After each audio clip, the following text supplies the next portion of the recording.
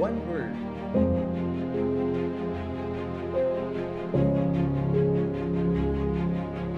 One faith.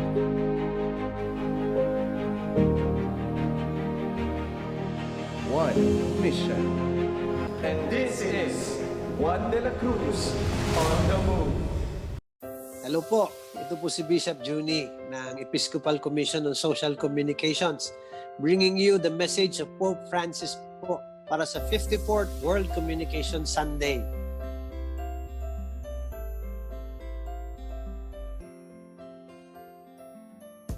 Nakatuwa po si Pope Francis.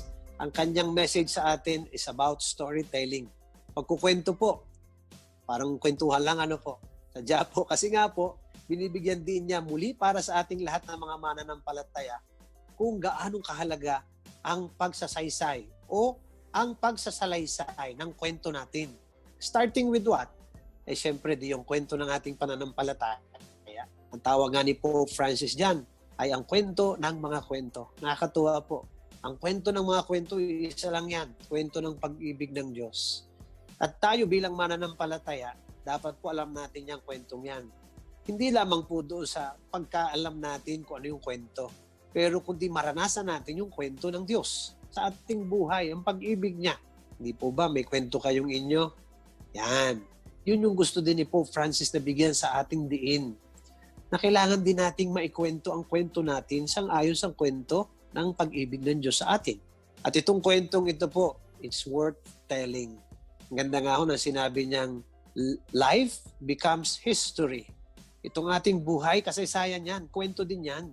Kaya nga dapat nating ikwentong totoo. At nakakatuwa po niyan, ay pag nagkukwento tayo ng tungkol sa buhay natin, karanasan natin, sang-ayon sa kwento ng pag-ibig ng Diyos, tinutulungan po natin ang ibang taong makilala si Kristo. At di lamang makilala si Kristo, kundi yung kwento ng buhay nila, maging kaisa rin ang kwento niya. We renew each other through the stories that we tell about the stories of our faith. At ang kagandahan niyan, ito na rin po ang panlaban natin sa mga hindi magagandang kwento. Hindi naman po natin maitatanggi. Ang daming hindi magandang kwento sa mundo ngayon. Pero hindi bali na.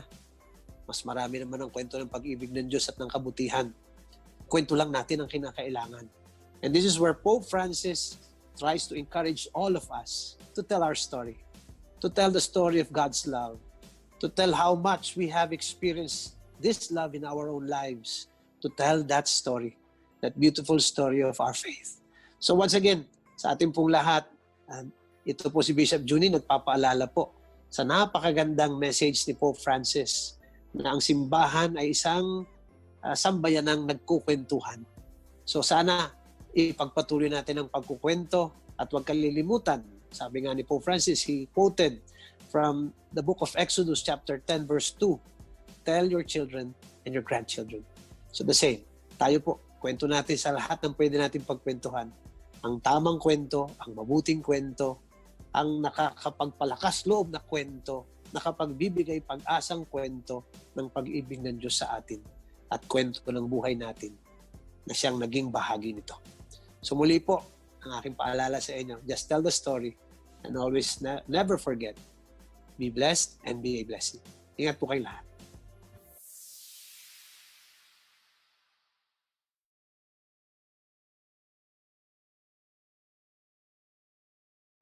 Hello, hello, hello! At sabay-sabay tayong mag-aim high! Sapagkat ngayon ay Ascension Sunday! At hindi lang yan... Sorry. Cut ko na doon. Okay.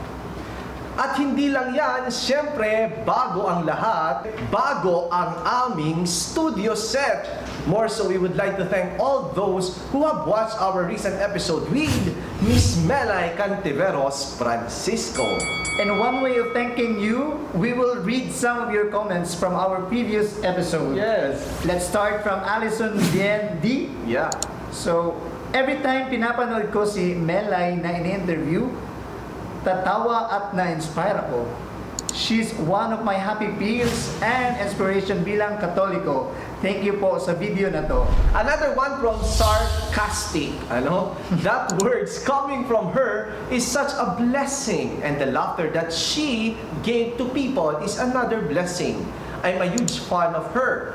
Protect Melay at all costs. Wow. And this comment is from the Superior of Harok Iloilo, Father Ramil. Father Ramil, hello. Of Rais OCD.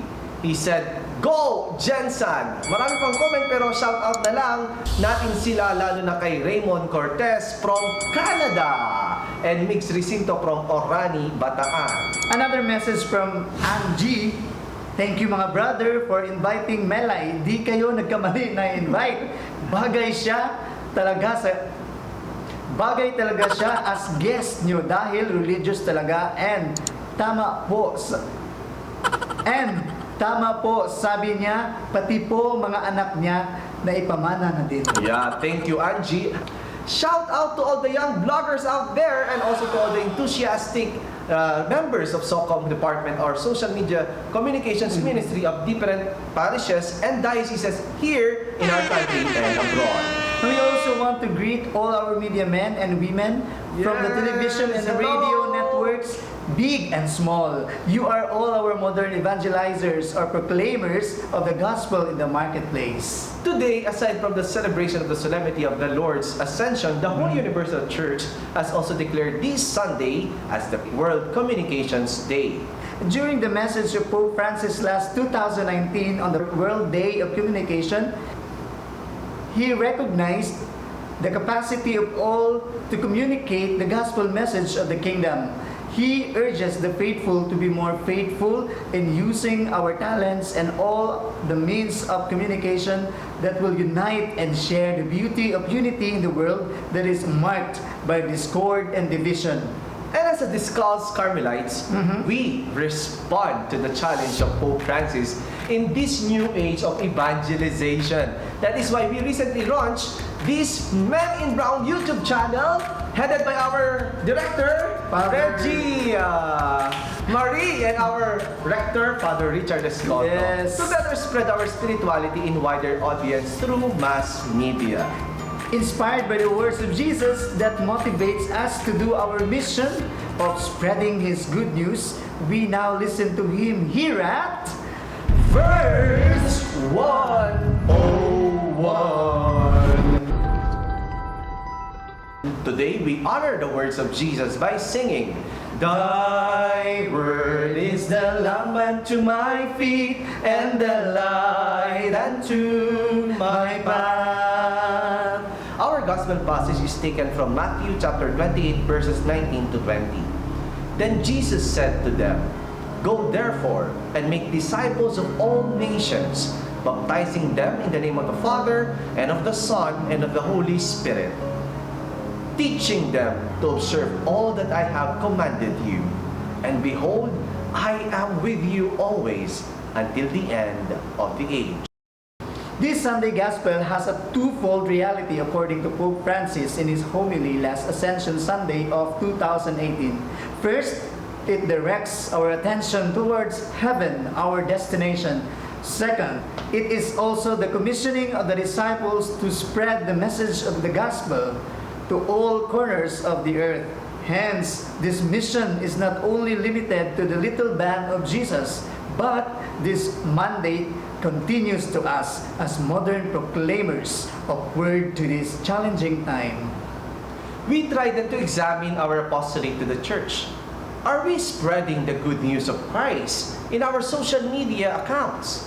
Or are we the ones who proliferate fake news and get easily deceived by trolls? Friends, let us check our Facebook page, Instagram, Twitter, etc. When was the last time I posted a prayer or any short Bible verse in my social media wall? If none, we can start now so that in our own initiative, we can evangelize in the world of internet. To help us deepen our knowledge about our mission in the form of new evangelization, we invited a credible resource person here at Wonder Guest! Our wonder guest is the second bishop of the Diocese of Pasig and yet previously served the Diocese of San Jose, Nueva Ecija. In 2002, he also became the president of Radio Veritas Global Broadcasting System. He is also currently the President of the Catholic Bishops' Conference of the Philippines Episcopal Commission on Social Communication. Let us welcome in our program, Bishop Mylo Hubert Vergara. Welcome, Bishop. Welcome, Bishop. Welcome. Yeah. Thank you for inviting me. Just a little bit of correction, currently, I am the representative of Southwest Luzon in the CBCP Permanent Council, no? So the other details you gave me are fine, except that I was formerly the chair of social communications. My term ended last November, no? Okay. So I've been with the social communications of the CBCP for 6 years. The current chair is none other than Bishop Marcelino Maralit, Bishop Juni Maralit of the Diocese of Boac. He took my place, no, and he was formerly member of that commission. So he is now the chair that started since December 1 last year. Okay. Yes, Bishop. So we welcome you here at Juan de la CRUZ on the move. Please feel free, Bishop, to greet our viewers and subscribers. Yeah. It's a blessing, no, that I am here during this encounter, no. So for those patronizing this Juan de la CRUZ channel, no, this venue for evangelization, I greet you with peace, no, and blessings, also asking the intercession of Saint John of the Cross. Let us now learn from the expert and start to browse in this Ministry of Social Communication. Bishop Milo, in this time of pandemic, we saw that mostly of parishes and dioceses has entered into online masses. What is then the Church's understanding of this new platform of evangelization, especially the advantages and disadvantages in this time of crisis? Okay, first and foremost, even before this crisis, online masses, live stream, these are not new. This has been happening, no?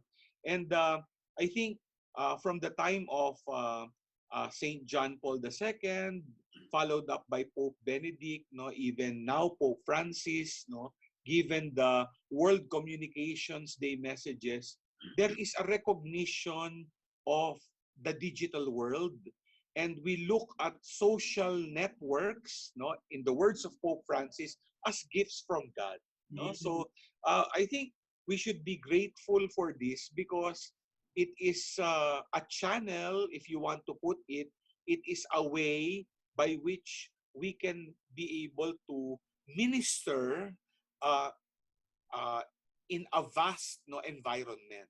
So if you try to look at it like when you go through an online mass live stream, those who are watching it are not only in the particular locality, if it is a parish owning that Facebook page, but once it is there in the social media, it can be accessible worldwide. Yeah. No? So I think we should recognize that this blessing has been with us. No, we can just feel it right now, knowing that the COVID-19 pandemic makes us stay home to save lives. No? Yeah. So I think now more and more we are utilizing it, we are capitalizing it, so that the connection with God using these social networks through varied platforms becomes really an intensification of evangelization and connecting with God.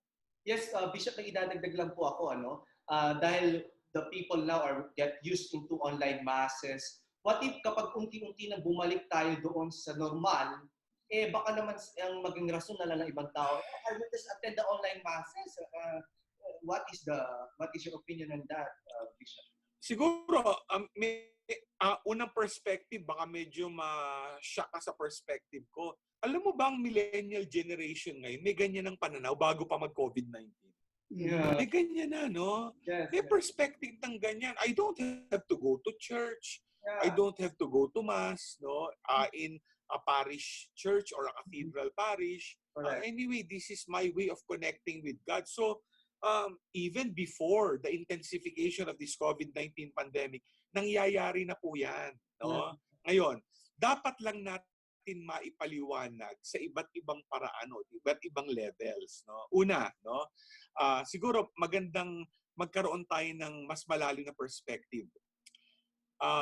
If there is a particular mindset even before, because I teach philosophy, can this be an initiation to an encounter with the divine? No? Yeah. An initiation is already an opening to God.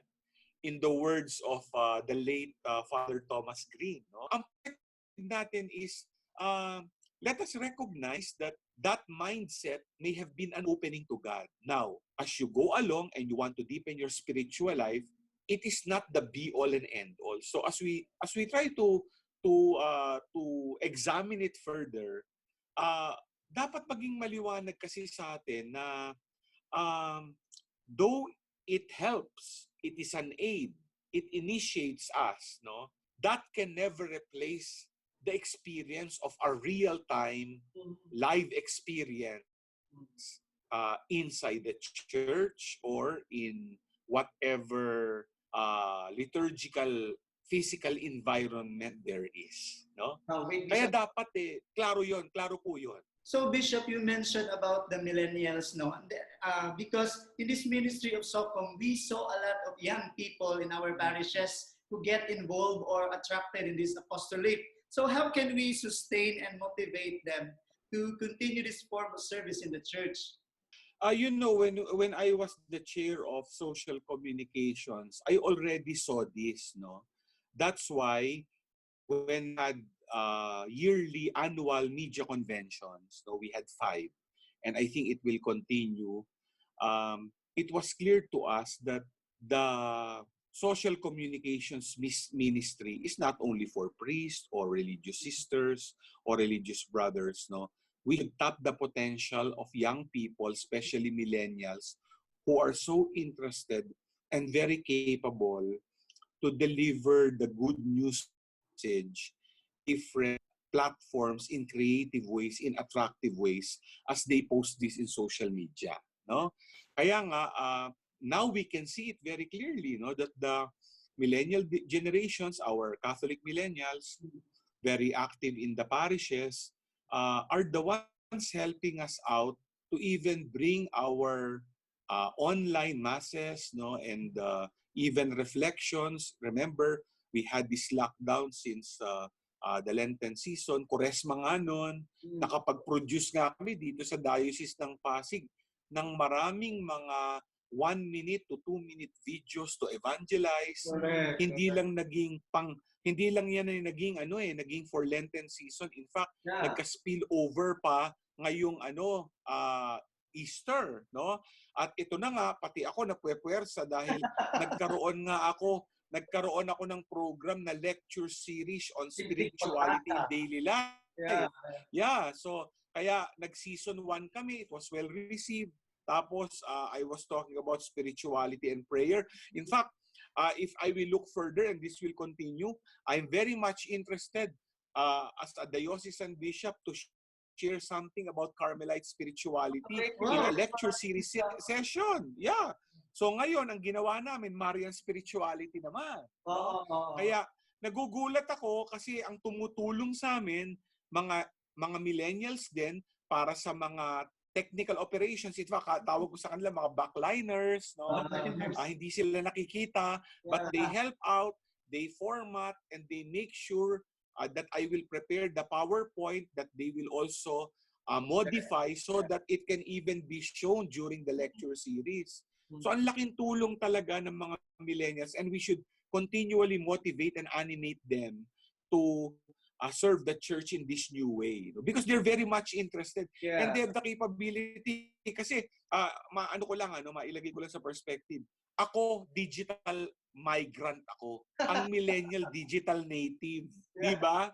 So, ako, I tinker and I just adjust. Baka kayo, sanay na dahil you were born in that age. No? So, given that it's much easier for you to use these gifts, no, in the digital world, no, to proclaim the good news. You know, Bishop, we can relate to that sharing that you have, no?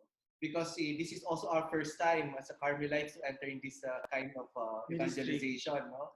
And mostly of us as young millennials, so we really eager to share the gospel through this means. So last year, Bishop, the CPCP Episcopal Commission on Social Communication held a workshop. I think you are still the chairman of that commission before, about the spreading of truth in this digital age. What is then the conclusion of this workshop went through, especially in fighting against the spread of the fake news trolls, Bishop? Yeah, it's good you pointed that out. That's actually what we wanted to do, no? Because um, if you look at social media, there are different motivations, no, and agenda by which people utilize it. And one of the agenda is to spread fake news, no? So what we did in that convention is to make us aware of this and to see how we can be able to validate, no, whether the news is authentic, credible, not fake, versus those that are fake. Okay? So there is a process of validation, no, that we have to meticulously go through. And the problem usually is that there are those we have to educate our netizens so that they do not share fake news, but they share truthful news, credible news. No. Now, I'd like to just put into perspective also the realization that what we can actually do is knowing that we are already in discontent of the gospel. And the gospel is Christ, no? Who is the way, the truth, and the life. So imagine if we could flood social media with the good news. Yeah. What we do is we flood social media with the truth of Christ. And that in itself is already an opportunity to overcome fake news. I'll give you a concrete example. This is very recent, and then go through our pandemic experience. No? If you recall, sometime January, Taal volcano exploded. Right? Yeah. So, do you know that one of our partners was able to monitor the flooding in social media of information and church social services done because of this calamity? And you know the reach was, just for your information, over 100 million news, videos, church information about relief, good news, charity, given this crisis. Yes. Imagine, so that flooded during January, no? That flooded social media. Kaya natabunan yung mga kung ano-anong news brief na controversial opinion. Now, so that was January. Yeah. Look at March. What is flooding social media now? Our online masses. Yes. Our recollections. Information about how we can battle COVID-19.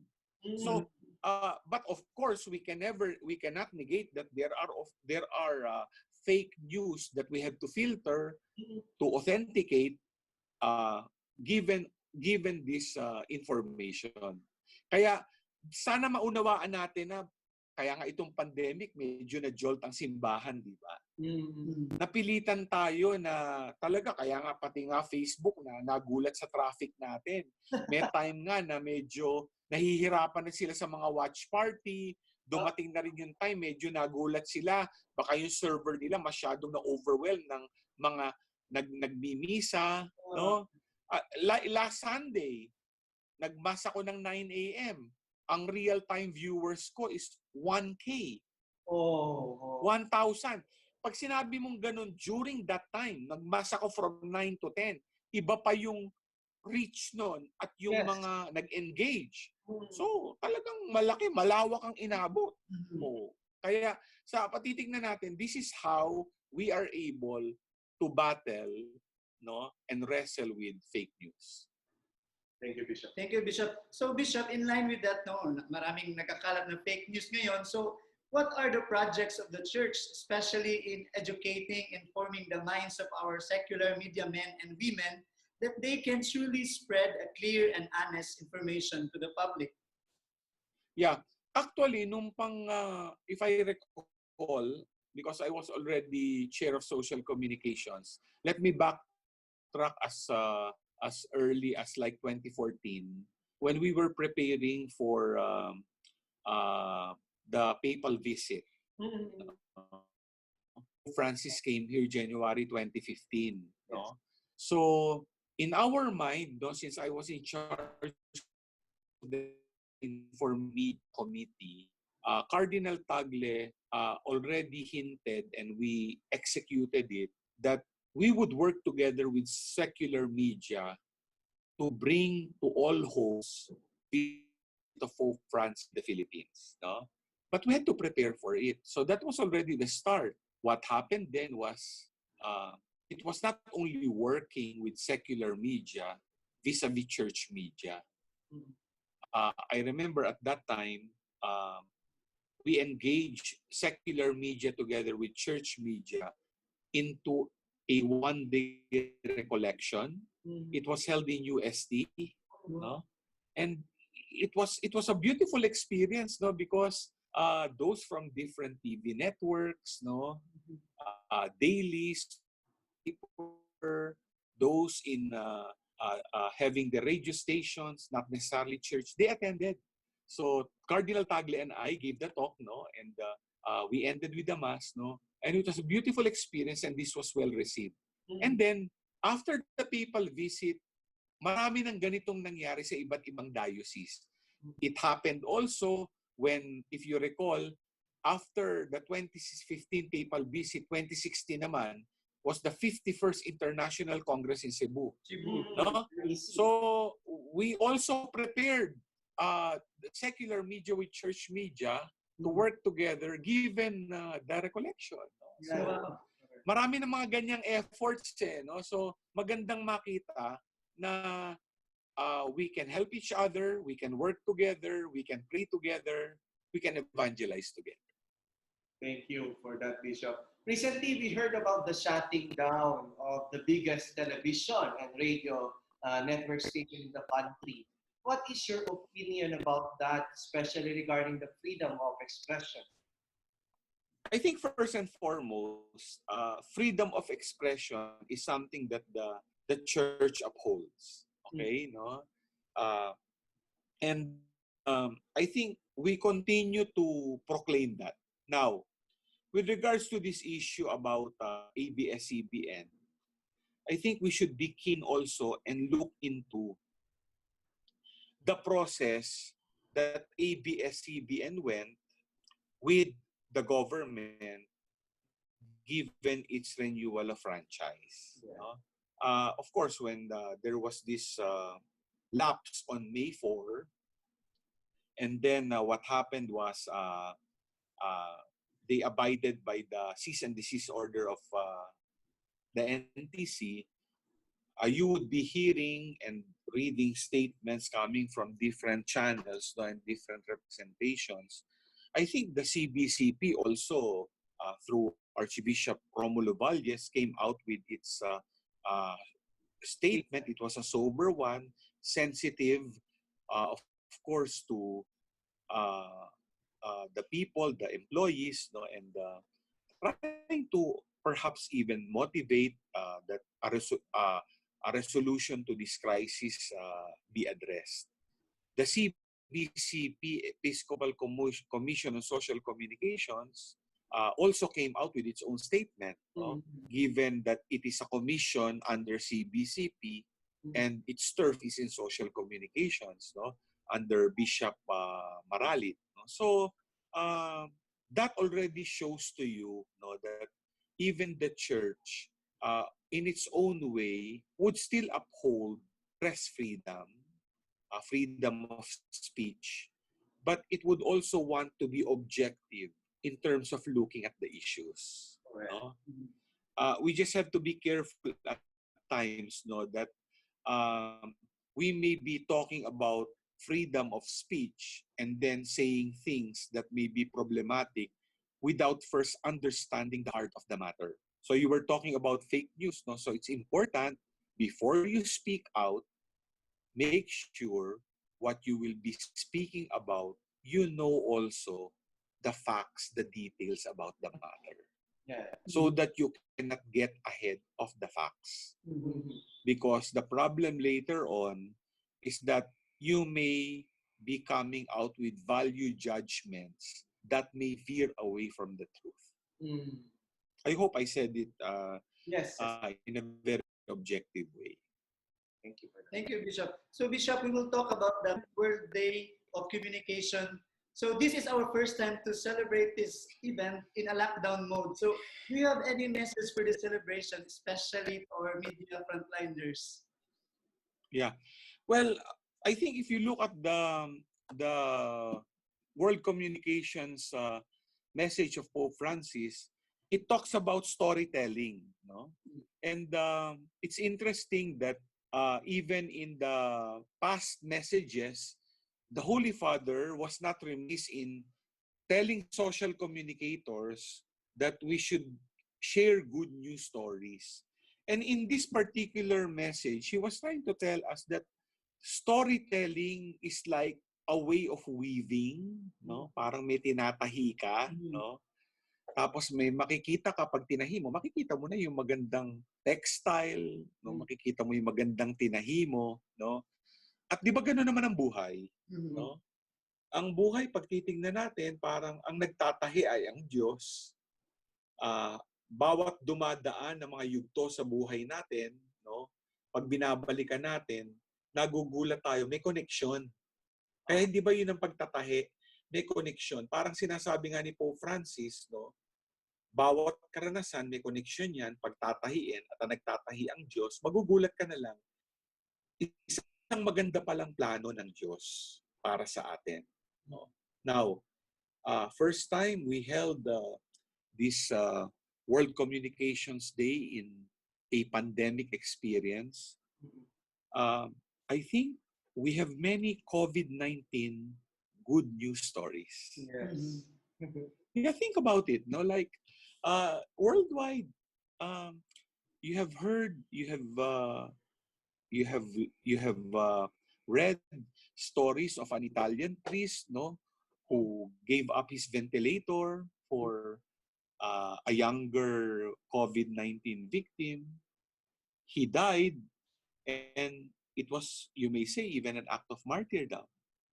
Good news stories in the Philippines, like you will see that amidst the COVID-19 pandemic, we have businessmen sharing like 1.3 billion gift certificates that was dispensed by Caritas Manila to be distributed by parishes to the poorest of the poor. No? Like, good news stories like, we can have online masses and do reflections and recollections that will touch the heart of people. No? These are good news stories, no? And we weave through it and we see how the Lord has been just there with us, and the Lord making us feel His loving presence. We could focus so much on the bad news, like, we may be filled with fear and anxiety, but can you see the good news story like on the day of the national consecration of Our Lady of the Immaculate Heart of Mary on May 13, on the 103rd anniversary of Our Lady of Fatima apparition, we had the highest number of recoveries in the Philippines. Yes. These are good news stories, no? And I could add more, I could add more given my monitoring of social media, no? You can add to that. But what the Holy Father, I think, is saying, let us tell these stories and let us see the weaving of God in these stories and see it's actually the story of God's love. Diba? Yun yun. Yes, Bishop. Again, Bishop Mylo, maraming salamat po sa inyong pagpapaunlak sa amin. And we learn a lot from you. Hopefully, this may also inspire us all to be instrument of God's message to this new age. Bishop, if you have any programs or any mga programa po ninyo sa diocese to promote, you can do so, Bishop. Yeah. Well, anyway, we continue to invite you. We already had our season 1 of spirituality in daily life. We talked about spirituality in general and particular and different dimensions of spirituality. In fact, for those who are patronizing your program, no, Juan de la CRUZ, in that season, there were 3 episodes I talked about prayer. No? Now, we are on season 2 and we have 10 episodes of Marian spirituality. Tonight, this at 5 p.m. It's always every 5 p.m. on the weekdays. What we're doing is to talk about Marian spirituality in gradating dimensions. No, I will be sharing this this afternoon, living out a Marian spirituality, and there will be more. I will be on board with an expert on devotions to Mary, and we hope that this can help out, knowing that the month of May is the month of Mary, Mayflower offering. No? So baka you might want to patronize it. And we pray that we can continue our programs, no, so that we can help in the spiritual lives, no, of millennials and of people online. Okay, Bishop, bago tayo magtapos, Bishop, punta muna tayo sa Faith Talk. In this segment, Bishop, we will just give you 1 minute to choose only one from these given choices. There is no right or wrong answer. This will depend on your own preference. Are you ready, Bishop? Ready, Bishop? Yes, ready. Okay, Bishop. First, Facebook or Twitter? Facebook.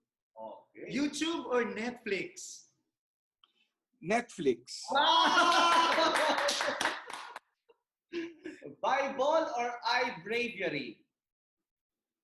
Of course, Bible pa rin kahit nag-iBreviary ako. Bishop, laptop or cellphone? Cellphone na ako. Yan, alam niyo na kung mga paborito ni Bishop. Camera or microphone? Ay, microphone na lang. Radio or TV? TV. Ito, Bishop, mahalaga ito. Teleserye or Pintig Pag-asa? Ayan. Pintig Pag-asa. Yan amin yan. Ito, mahalaga dito, Bishop. Kapamilya or kapanalig? Kapanalig. Pasig or Manila? Pasig. Ito, panghuli, Bishop. Panghuli, Bishop. Misa or mesa? Ayan. Misa pa rin, syempre. So now, Bishop, maraming salamat Thank po. you, Bishop. And we would like to invite you to join us in our signing off greeting. Ang sasabihin lang po natin, Bishop, sabay po tayo. Sasabihin po kayo sa amin, go and tell the good news. Ulitin lang po natin, Bishop, go and tell the good news. Okay. Go and tell the good news. Okay. 1, 2, 3, Bishop. Go! And Go and tell the good news. ayan, maraming salamat po, Bishop. Maraming salamat ulit sa ngalan po ng aming rector na si Father Richard Escoto at ng community po ng St. John of the Cross Monastery. Maraming salamat po sa inyong oras at panahon. Thank you po, Bishop. Maraming salamat. Sige, okay. Sige, bye-bye. Yes. Wonder